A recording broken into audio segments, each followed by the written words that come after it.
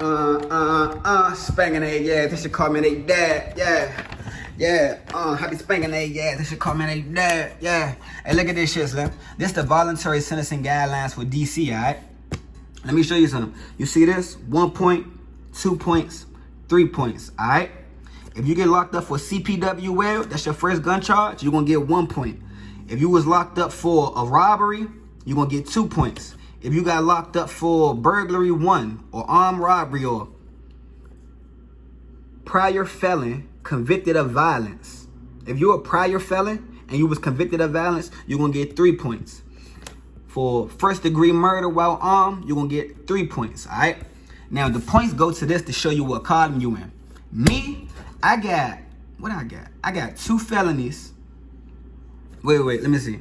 I got CPWL, so that's 2 points, and I got 2 misdemeanors. So the misdemeanors are a quarter, all right? That's 25 cents, 25 cents, that's gonna make half. 25 and 25 is half. So I got 2 points from CPWLs, so I got 250. That means I'm in column C. Right now, if I got locked up for unlawful possession of a firearm, that wouldn't be carrying a pistol without a license, that would be felon in possession. And you see that little 1 right there? That means I'm gonna do a mandatory 1 year in jail because this isn't my first time carrying a pistol without a license. At this point, it's unlawful for me to have a pistol because I already been locked up and made a felon. So now I'm a felon in possession of another pistol. So they're gonna give me that small 1, that mandatory 1 year. But because I already got 2 points and 50 cents, I'm in column C. So you come down here, I'm in column C.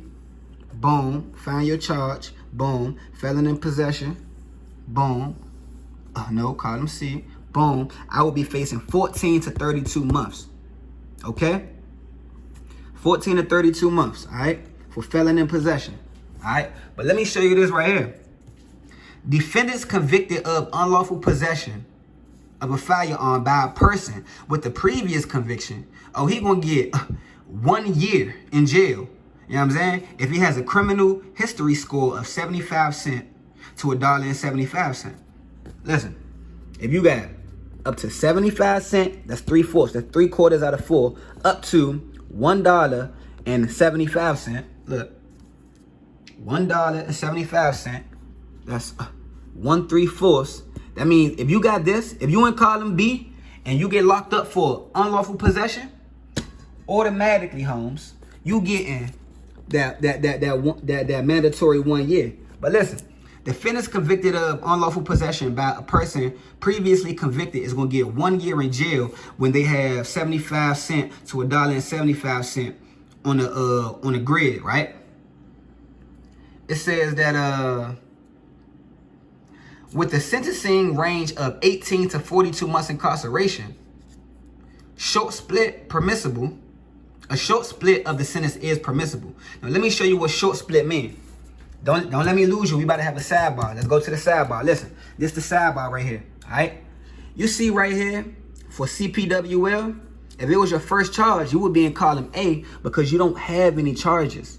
You could have up to 2 misdemeanors. A misdemeanor is worth 25 cents. 25 and 25 is 50 cents, which is half of $1. See that half? So in column A for CPWL, if you don't have no charges or anything up to 2 misdemeanors, you see how it's yellow? CPWL, you see how it's yellow? Look up the color code. Probation is permissible. All right? CPWL, your first time in column A with not a lot of points, you don't have any points, is probation permissible. Okay? Now, if you had a minimum of 2 points and you got locked up with it, like me, you're gonna be in the green color. When you look at the green color, it says that, oh, you going to prison. That's prison, then a comma.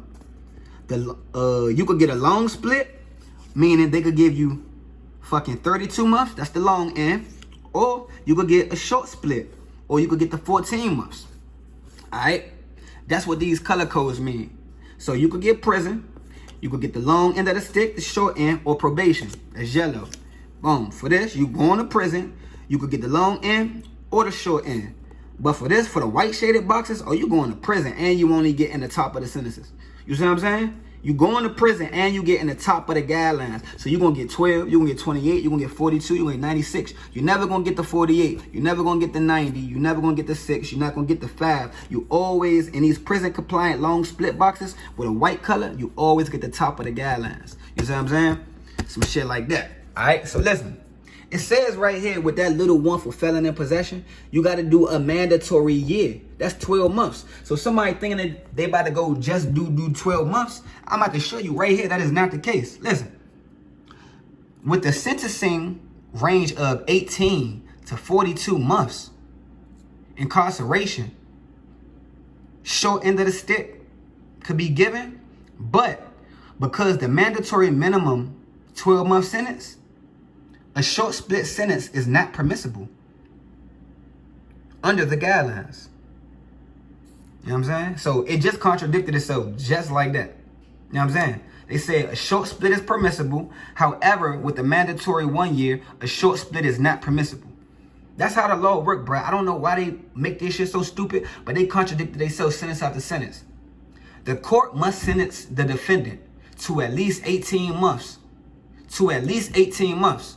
The judge has to sentence the defendant to at least 18 months to impose a guideline compliant sentence. To be in compliance with the guidelines, the judge will have to sentence you to 18 to 42 months in order to have a guideline compliant sentence. In order for the judge to be in compliance with the guidelines, he got to sentence you to 18 months. Even though you got to the mandatory minimum is 12 months. You get a mandatory minimum of 1 year, but you're not going to get 1 year. They got to give you 18 months. They got to give you 18 months. So that's another half a year on top of the mandatory year. Okay? So now it says that the short split is not permissible by the guidelines. The court must sentence the defendant to at least 18 months to impose a guideline compliant sentence. If the court determines that a split sentence of 12 months incarceration is okay and it's appropriate and it's less than the 18 months that's kind of like mandatory, man, the judge may sentence that defendant accordingly. But this will constitute a departure from the guidelines. The judge can go ahead and sentence the defendant under 18 months if he see it appropriate. But this would constitute a departure from the guidelines. Why would the judge be going outside the guidelines? You know what I'm saying? So now, for whatever his reason was, the judge should note the reason for the departure on the docket.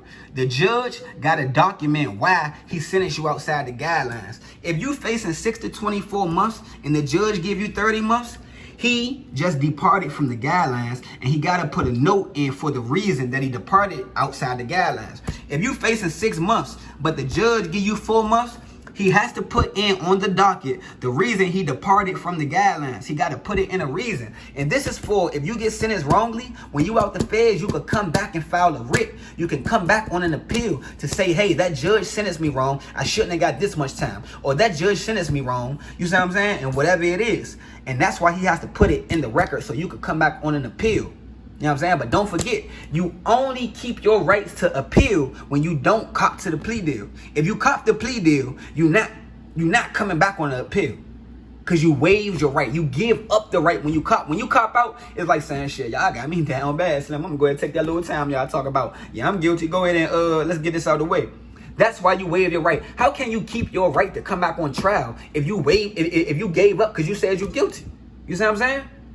Unless you're going for insufficient counsel or a habeas corpus like that, bro, you dead in the water trying to come back from a writ when you waived your right. You see what I'm saying? But do your thing and file your motions. But listen, right here, this is for my unlawful possession niggas, my felon in possession niggas, my 1 year mandatories. I ain't talking about my first time CPWL homies. I'm talking about my felon in possession mandatory 1 year. You know what I'm saying? You facing a mandatory minimum of a 12-month sentence, but the judge got to give you at least 18 months to 42 months incarceration.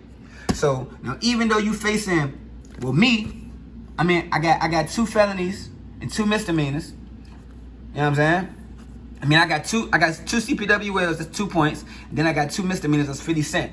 I got 250, so I'm here. If I got locked up for felon in possession, not CPW will, because this is my like 3rd, 4th, 5th jump. Motherfucking my felon in possession will hold this much time because I got 2 points and 50 cents. So I'm facing 14 to 32, and we know that the judge has to give me 18 months. So 18 months, it don't sound like I'm gonna get sentenced up to 42 months.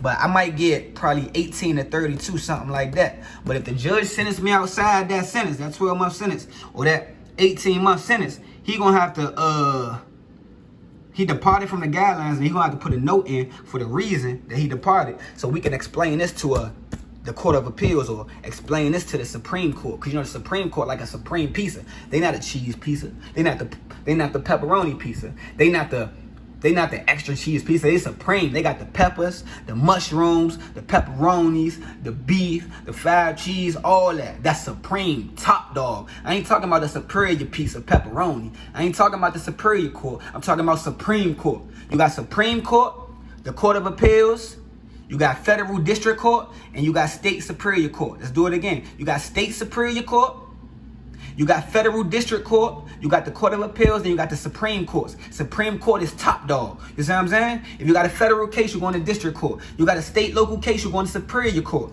If you want to file an appeal when you get out the feds, you go to the Court of Appeals. If the Court of Appeals fuck up, you go back to the Supreme Court. Cause we need to see the big dogs now. You see what I'm saying? But yeah, I hope I made some sense to y'all today. Y'all be tight. You hear me? You be smart. You be vigilant, Holmes. You be coherent. You pay attention, Holmes. Use your IQ in the streets with these niggas, Holmes. You be silent with the police and only assert them right, Holmes. You see what I'm saying? Yeah, Slim. We about to make knowledgeable the new shit, nigga. You ain't just running with that pipe and you about to snitch on everybody, nigga.